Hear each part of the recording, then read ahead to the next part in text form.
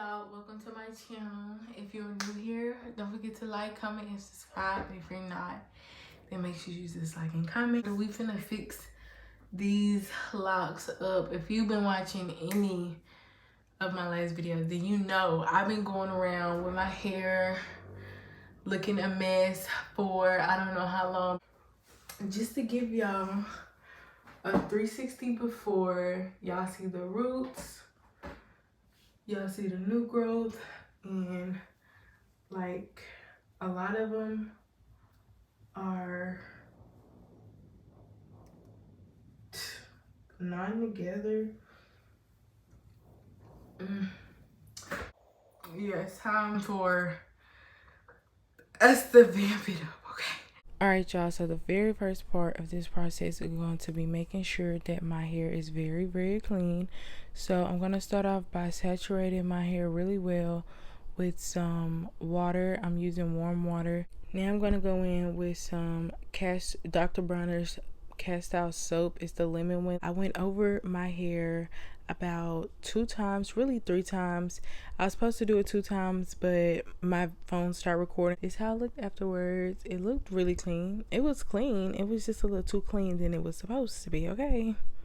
Now we're gonna do a detox. I did 1 cup of baking soda, and then I did a cup of apple cider vinegar, and then I sliced up 1 lemon. I was supposed to stay in here for 30 minutes, but it was so uncomfortable. I could not go the full 30 minutes, y'all. I punked out.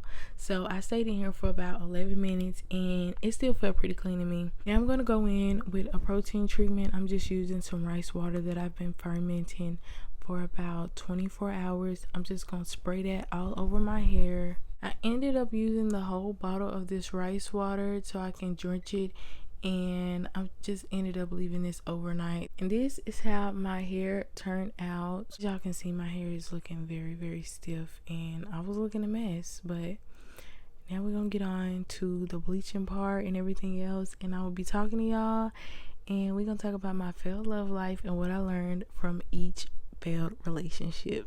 For this portion of the story time, we're going to be talking about somebody. We're going to name him Tedious. So let me turn around, and I'll be using the Carol Professional BW bleach with the Superstar 40 volume developer. So I was in Barton, and y'all, before I even knew who Tedious was, I was always one of those girls, you know, was like, oh, I'm not interested in relationships right now. I'm not interested in boys right now. I just want to fulfill my education. And then I hit Barn, and then y'all know, ouch. So with that being said, I did start liking this dude, and he was actually my best friend's cousin. So I'm thinking, you know, I got one up because I can be around him outside of school and everything, because like I'm best friends with his cousin. I had another best friend. We're gonna call her Jayla.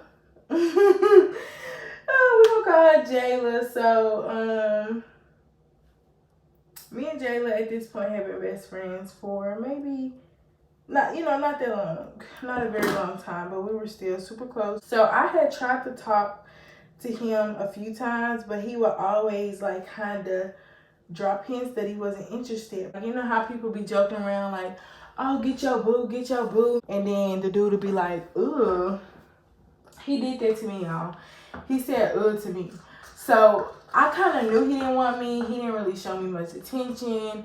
Even like my best friend, who was cousins with him, had told him multiple times that I did have a crush on him, but he never like got back to me.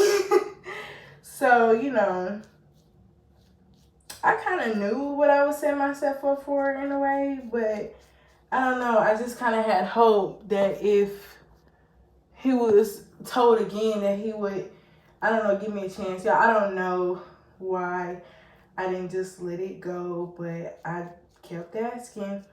Chasing a nigga. I had told my best friend that to like, cause she had the same lunch shift as him, and I didn't have no lunch shift with him. So I asked her, could she talk to him for me? Like, hey, you know, could you put me on to Tedious? Talk to him for me. She was like, oh yeah, girl, I got you. Da-da-da-da-da. And I'm like, cool, okay. So then she come back to me all nervous and stuff, and I'm like, what? She came to me and told me that her and Tedious had actually started talking. That was like my first ever crush, so that did kind of hurt my feelings, but you know, it's cool, whatever. The lesson that I learned from that was, y'all, if a guy don't want you, well, first of all, you don't never go looking for a man. It kind of kills me when I hear girls be like, oh, I need to find me a man, I need to do this, when maybe the Bible say the man finds a woman, the woman don't find a man. And if a man don't want you, let it go. You can't, there's nothing you can do to make a man like you, or not even a man, because we weren't grown back then, but you know, just niggas. You can't make them like you. And just because you like them don't mean they're obligated to like you back. So, you know, protect your feelings. And another thing, females is grimy too, but we're not gonna get into that because y'all got a whole list of failed friendships that I could talk about too, yeah. I'm just finna finish putting this bleach on my hair, and I'm gonna let it sit till it turns. All right, y'all, it's all dyed. Well, it's all bleach. It's itching like crazy. I actually had to go over my hair, like my original dreads. I knew I would have to go over it more than one time because with this color, I think I went over it like, shoes, 3 times. So like with my roots are nowhere near as bright as my dreads are. As y'all can see, it's orange because I have to go over this a couple more, one or two more times to create the color in my dreads. And y'all, look at this. I did not get up in there real good. I just didn't want to over process my hair too much. It looks a mess. But I'm gonna leave it alone for tonight, and I'm gonna re-bleach it tomorrow morning. Y'all, my hair is damp. You're supposed to dye your hair on dry hair, right? I'm using this. Can you focus on me? Baby, can you focus on me? Me. Let me stop if I get copyrighted, because you know I sound just like that woman. All right, y'all. So, obviously it's the next day. I did just get done re-bleaching my hair for the second time. My original, if you see me keep looking this way, I'm looking in the mirror to make sure my phone is still recording, still in focus. And this is also how I'm seeing myself. And if you hear like this tumbling noise in the background, it's my dryer going. I showed y'all which black dye I was using yesterday. It's in 1.0 intense black. This is this a permanent dye? This is a permanent dye, yes. I did have a permanent dye right here, but as y'all can see, it's still fading because I had blonde. But hopefully, since it's brown, it'll stick better. This portion of the video is going to be a story time dedicated to someone I met in not high school, barn again.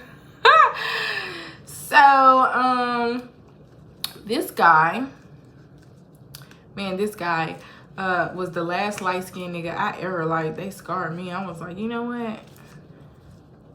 I don't want it.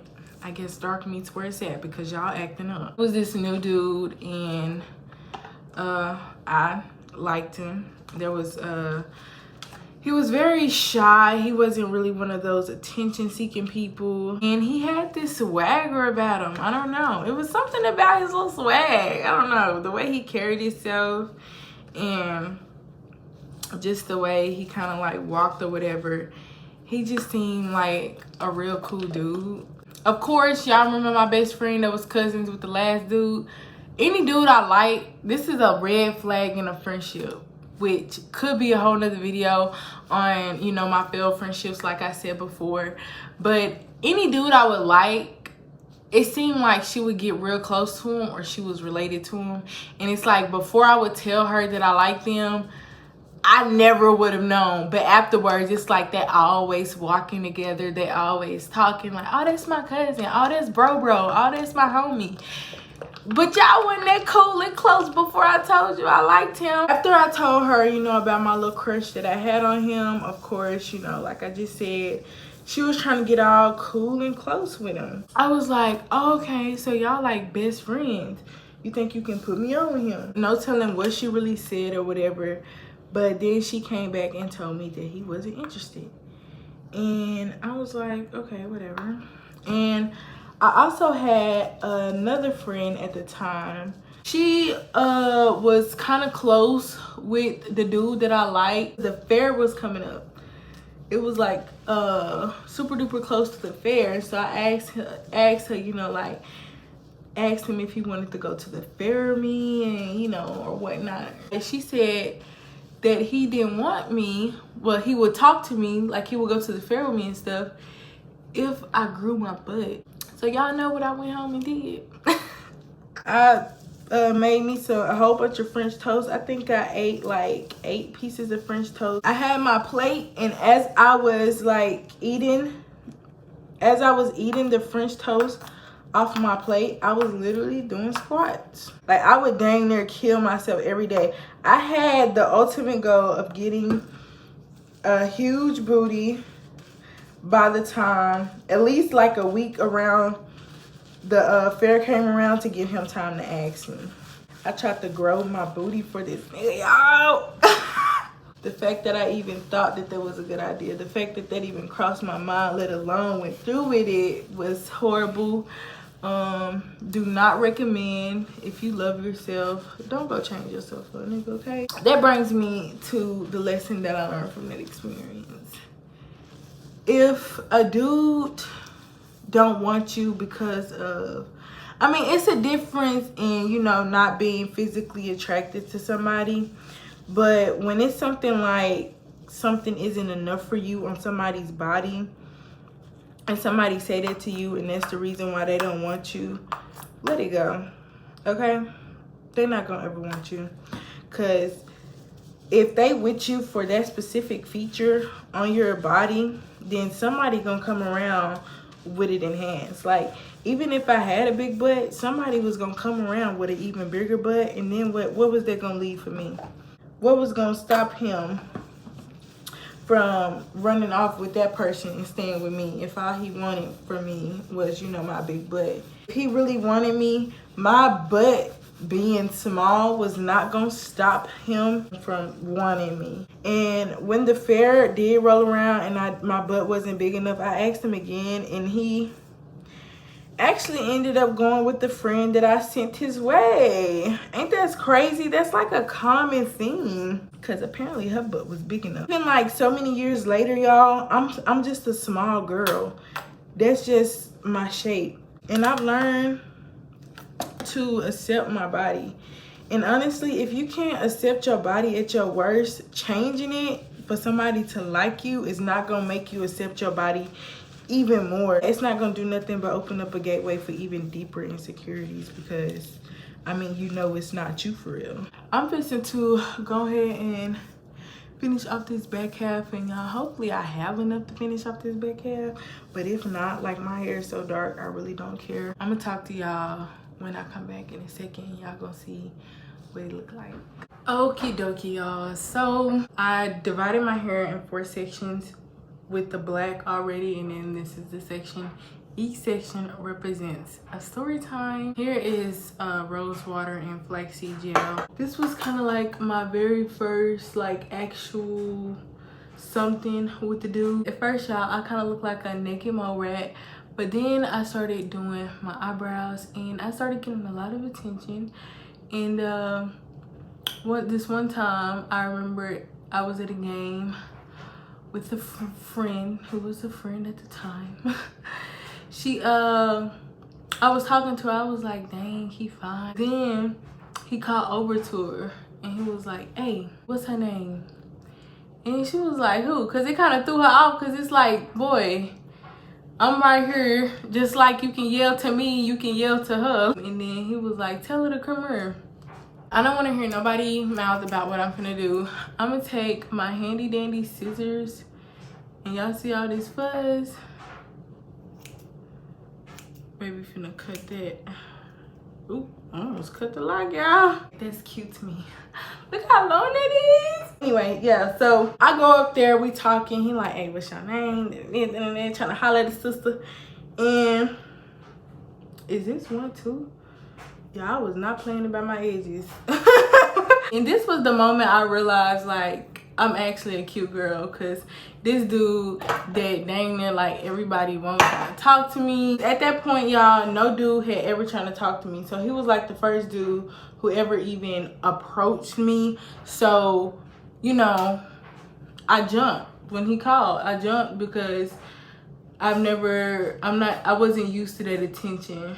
We started talking. I gave him my number or whatever, and it was good until he was one of those dudes that was like, oh, I don't like people in our business. Da, da, da. He'd flirt with me in class or in the hallways or something. Like, he didn't mind flirting in public. We was kind of on and off for a minute, and he was like on and off with this other girl, and like, I, at the time, was like, oh, I'm gonna get him stuck off of her. I was like kind of wrapped around this nigga finger, because he'll say one little cute flirty thing to me and I'll be like, oh my God, like he really messed with me, and I'll be right back in this nigga trap. Like, I remember I used to dress a certain way. If he didn't talk to me for so long, I would literally dress a certain way just because I knew it would get his attention so he could start back talking to me. Like, I was a duck, y'all. We was off this one time. I mean, he was not stunning me or nothing. I was like, I gotta do something to catch this nigga attention. Like, he ain't texting me back. He ain't stun me. I mean, I kept texting him and he just would not text me back. I said, okay, I know how to get this nigga attention, because he been trying to have sex for the longest. So I told him that I would have sex with him. He stayed near where the game was. So he was like, we can just walk to my crib and then, you know, do what we gotta do and come back. I was like, okay, yeah. No, dang well, I was like, it was getting closer and closer to the time of the game, and I was getting so nervous because I already knew like that was gonna be the last time I ever talked to him, because I'm lying. I know I'm lying. It ain't gonna happen. He gonna see that I was just lying. And I just felt so bad for leading him on, and I felt super nervous about what was coming. And so I just told him, I was like, look, I never planned on having sex with you. I just told you that because you weren't showing me any attention, and I just wanted you to text me back. And I just kept it real with him.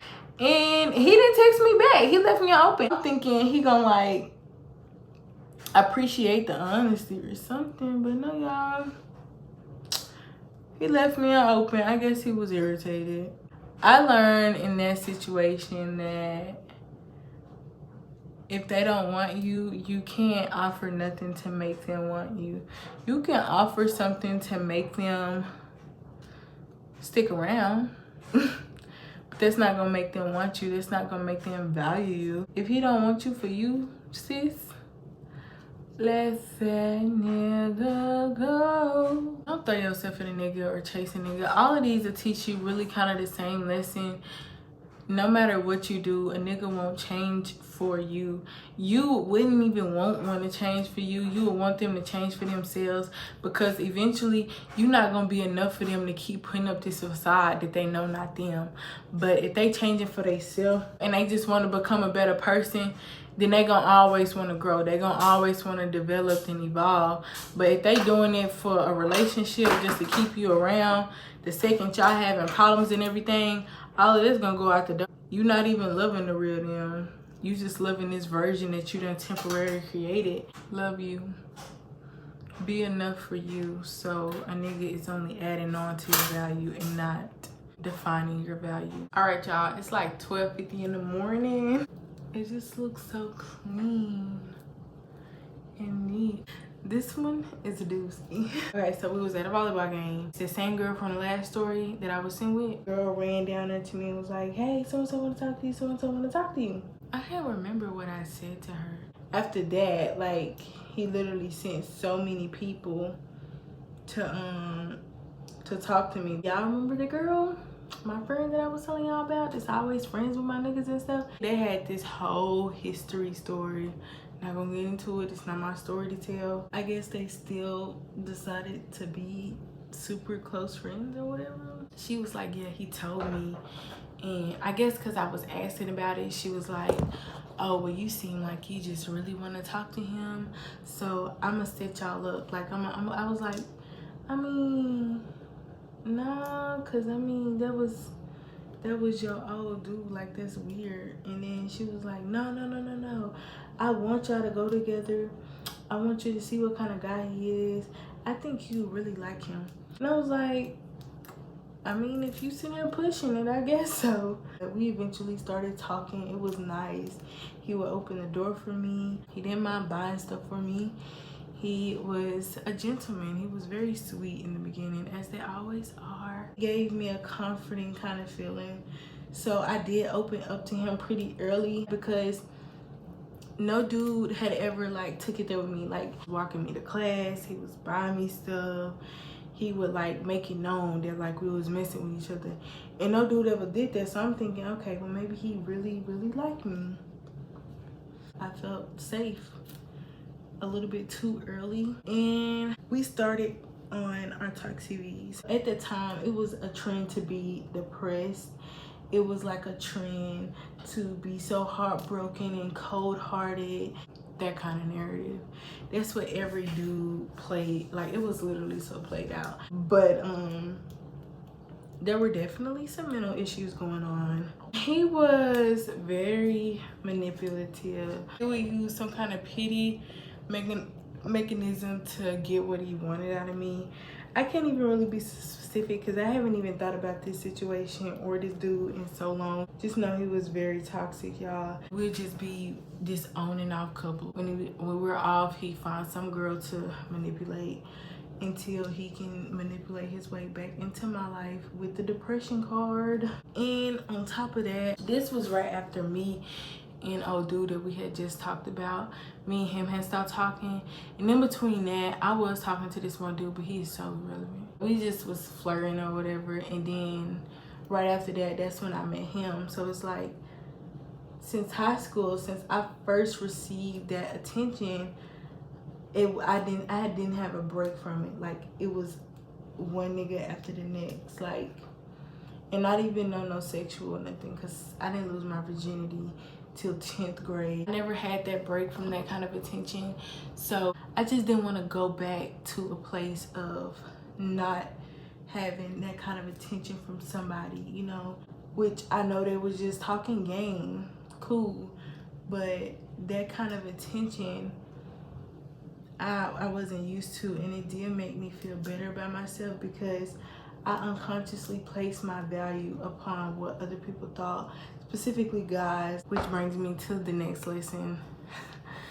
Don't waste your energy and time and give to a taker who's not giving just so you don't be lonely, because at the end of the day, you still end up feeling lonely. And if you placing your value in something else, which was kind of what I was speaking on in the last story time, that will come and go, and your value that you have placed on yourself will fluctuate. But if you do it, if you place your value for yourself within yourself, then it'll always stay the same. And no matter what happens, you'll always feel good about yourself. About a year into our relationship is when we first did the nasty. Y'all, it was in the school bathroom. I didn't even want to do it, and I felt so uncomfortable the whole entire time. I always try my best to get out of it, but lesson from that, if you don't feel comfortable with doing something, do not do it. After that, we got into a relationship, and I thought the on and off would stop. I thought he would just be better, because, you know, like, I just put it on him. So now he gonna stay, right? No. but it didn't stop y'all. So the next lesson to learn from this experience was sex is not gonna change nobody. Sex is not gonna make somebody love you more. Sex is not gonna change nobody's perspective on you, but enhance the disrespect and decrease the respect that they have for you, because it's like, I ain't treated you worth nothing and you still giving me your body. I ain't offered you really nothing and you still giving me your body. Like, niggas ain't dumb, y'all. They gonna see what they can get away with so they can do the bare minimum to get what they want out of you. Don't settle just because you think that's the only dude you can get, or because it's convenient for you or anything like that. No. I'm gonna finish this up, show y'all the results, and get to the next story time in the morning, okay? I've already done my third round of bleaching. I just left it on there for like, what, 8-9 minutes. It's very, very blonde. I'm gonna do like the first 2 rows first, and then we gonna talk.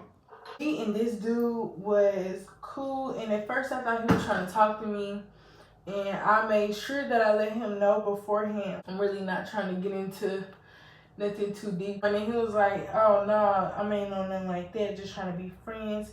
And y'all, a nigga say that, but they don't mean it. And I was like, okay, which I knew he was lying, but I was gonna take him for his word.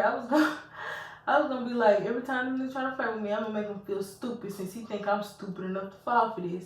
But y'all, he's obviously a part of this story because I was stupid enough to fall for it. I had ended up coming back down here, and it was all still cool, but then he started getting touchy, y'all. Like, we would go down the street to the park just to chill, hang out, smoke, talk, whatever, just all chill vibes. But this one time, he was like, oh, where my hug at? I gave him a hug, and then he smacked my booty.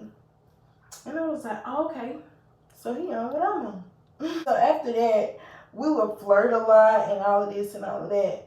And then I tried to sneak him in the house, y'all. And I got caught sneaking him in the house, which beforehand I let him know, like, if you come in my crib, we not doing nothing. My sister's here and everything. Like, if you come in my house, we are not having sex. He was like, oh no, it ain't even nothing. Because I done went to his house before and we'll just smoke and chill. My mama had took my phone and stuff for like 2 days. But after that, I texted him and he had came over. And this time, I didn't sneak him in because it was late. I didn't sneak him in. We just sat on the porch and was talking because we had just came back from the park. And then he brought it up about how he got caught and stuff. And well, how I got caught, how we got caught. And I was like, yeah, I was trying to tell her that I ain't gonna do nothing with you, da-da-da. And then I slipped up and said, knowing dang well, if you would have came in, we would have got the, yeah. But y'all, I was not for real. I was just trying to see how he would react to it, see what he was on, if he was on that kind of speed. And he just went along with it. After that, it seemed like every time he wanted to chill, he was trying to have sex. And I was like, I ain't trying to do all that. Like, I was not. We did end up having sex. No way am I condoning in, premarital sex and all of that. But I'm just telling y'all about my past and stuff. And after that, it's like he was not interested no more. Like, he would not text me or nothing when he wasn't on this side of town. But whenever he come over here, that's the only time he would text me and want to chill and stuff. But I knew him wanting to quote unquote chill was just him trying to have sex. Then I was like trying to take a slower approach because I seen like that's what he wanted me for. So then I was trying to make an environment where anytime we would just chill and smoke like we used to, just talk and have a good friendly time. I feel like when I did have sex with him, I feel like he kind of lost the respect of me being anything more than that. Cause like, what kind of nigga would want to get in a relationship with a girl who would give her body up without even the smallest commitment you could ever make, which is just a boyfriend, girlfriend. The only reason why I took it there with him in that way so fast, because all of this happened within like 3 months. This was overlapping my last story time my last relationship. And me and him had lasted for like, y'all, a good, what, 3 years? So I was still in that stage of not wanting to be alone, not wanting to let go of that attention. So he was around when it happened, so he ended up being my rebound. And I just did not want to have to start over. And I just wanted to pick up where I left off, but with the other dude. So I kind of rushed it. So what I learned was, first of all, when you get out of something, you need to take your time to heal. If I would have took that time to heal from that last relationship, I wouldn't have made such impulsive decisions to try to speed things up with the next dude. And honestly, y'all, I feel like it would have turned out way different if I wouldn't have did that. Take your time to heal. And when you do get in the next thing, when you're ready, take the time to take time. I will talk to y'all for the next story time.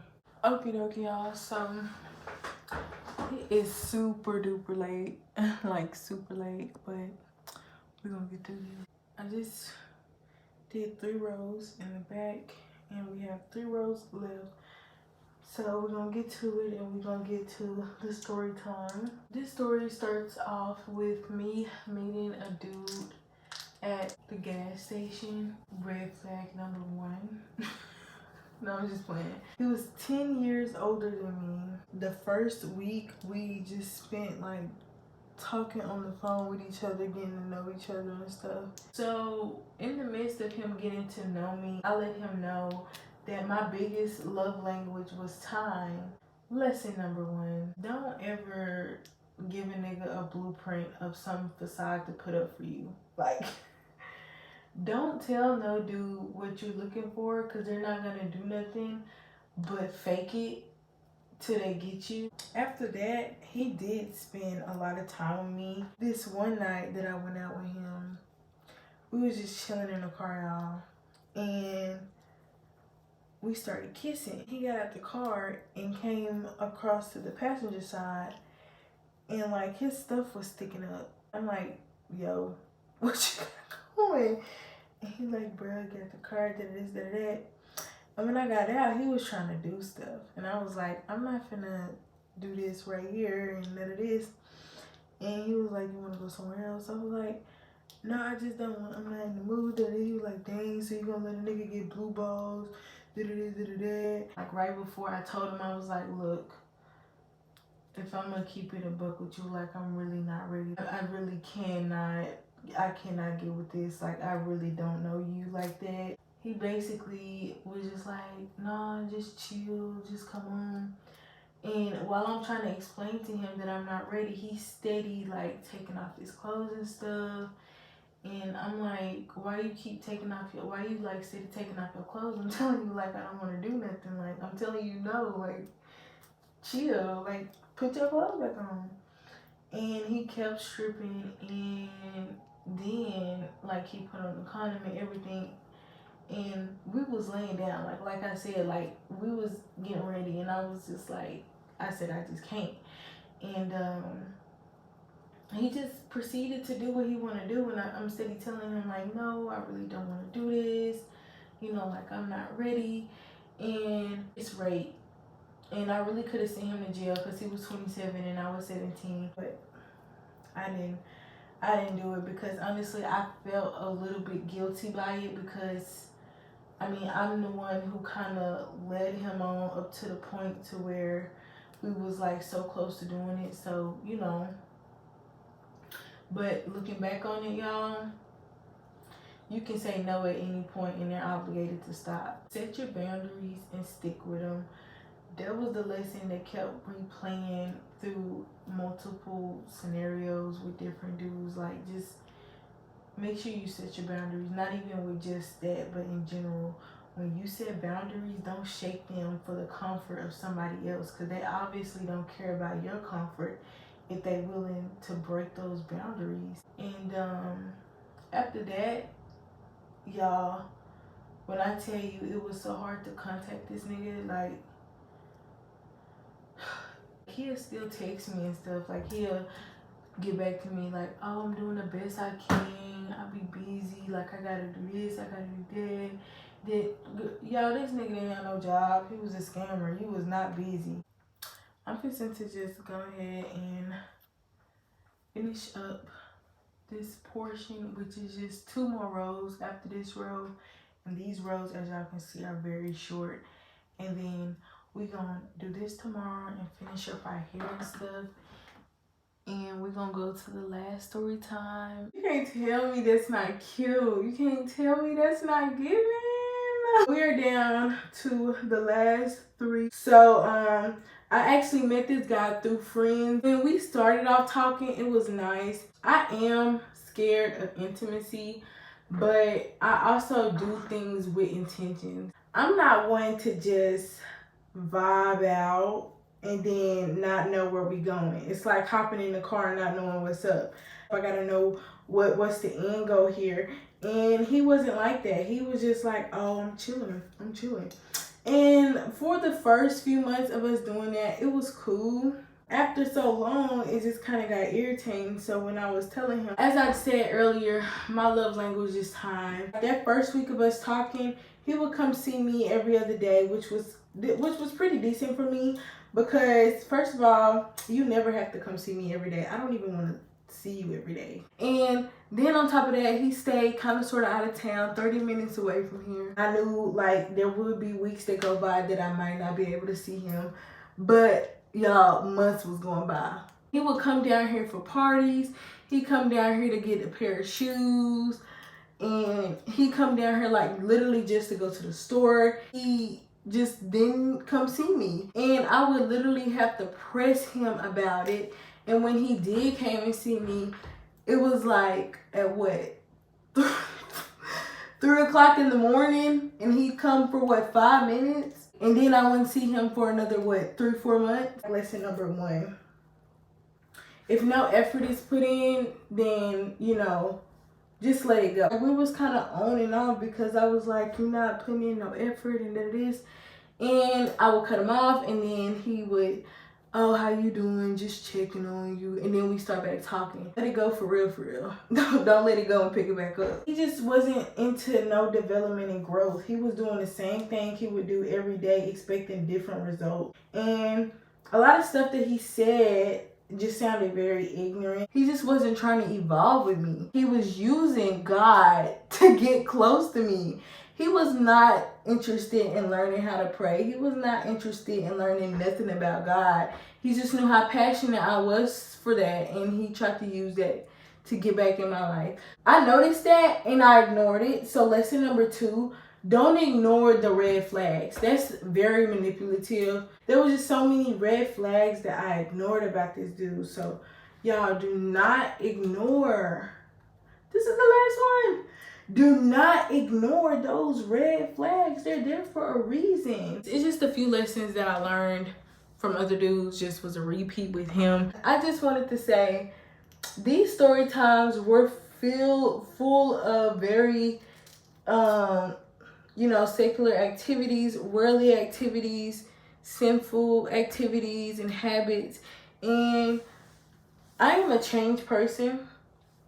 I just wanted to say, like, I've truly repented from that kind of lifestyle. Like, I've been celibate for so long, and I'm very proud of myself. I'm not going to sit here and lie and say, oh, I haven't thought about sex, you know, and that. It is a fight because due to past sexual trauma, I do struggle with lust, but I'm not a victim to that. Like, I'm a child of God. Like, I already won the war, so I'm not a victim to nothing. So I'm choosing not to let that lustful spirit hold me back anymore. And then, y'all, that lustful spirit was literally controlling my life. I was not a hoe.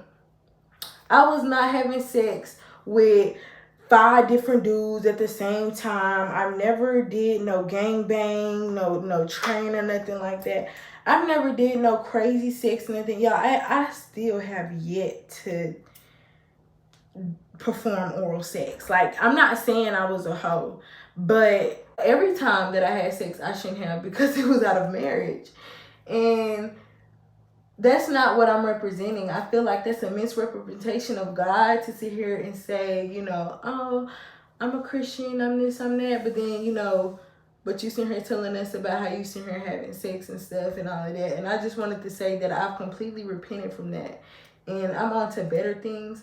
And I know that, and I'm sure of myself. Like, I know I'm a child of God. I know He's forgiven me for my mistakes. And I know that I'm moving forward. So I have no problem explaining my sinful past. I have no problem expressing that because I know how far I've came. I know how much I've overcome that. And for me to share that part of my past with y'all and to tell y'all like, oh, well, I learned this and I learned that. And, you know, then like versus now my mindset and everything has changed. It shows how much I've overcome, and it'll show anybody else who think that they're not worthy of God just because they have a past on them. He know we're human. He know we're gonna sin, but we have to lean into Him when we do. And it's not always easy because it's not always the popular thing to do. It's not always the funniest thing or the easiest thing to do. But His grace, His mercy, and His presence, us calling on Him, will give us the willpower and the strength to overcome that. All right, y'all. So this was a pretty long video. Hopefully y'all learned something. My camera cut off, so we're skipping straight to the results. They are very thin and got the curly ends. They're skinny, just like I like them. It gives me a very feminine vibe. Obviously, as my hair grows, it'll thicken out, like it'll look a little bit more fuller. But I love the way it looks now. It is gorgeous to me. I am in love. And don't forget to like, comment, and subscribe. And if y'all like the longer videos, or if y'all need me to learn to shut the F up, and I'm sorry, that wasn't very godly of me. If y'all rather me not talk so much and, you know, get straight to the point. But I felt like this would really help somebody, and hopefully it did. So don't forget to like, comment, and subscribe. Bye bye.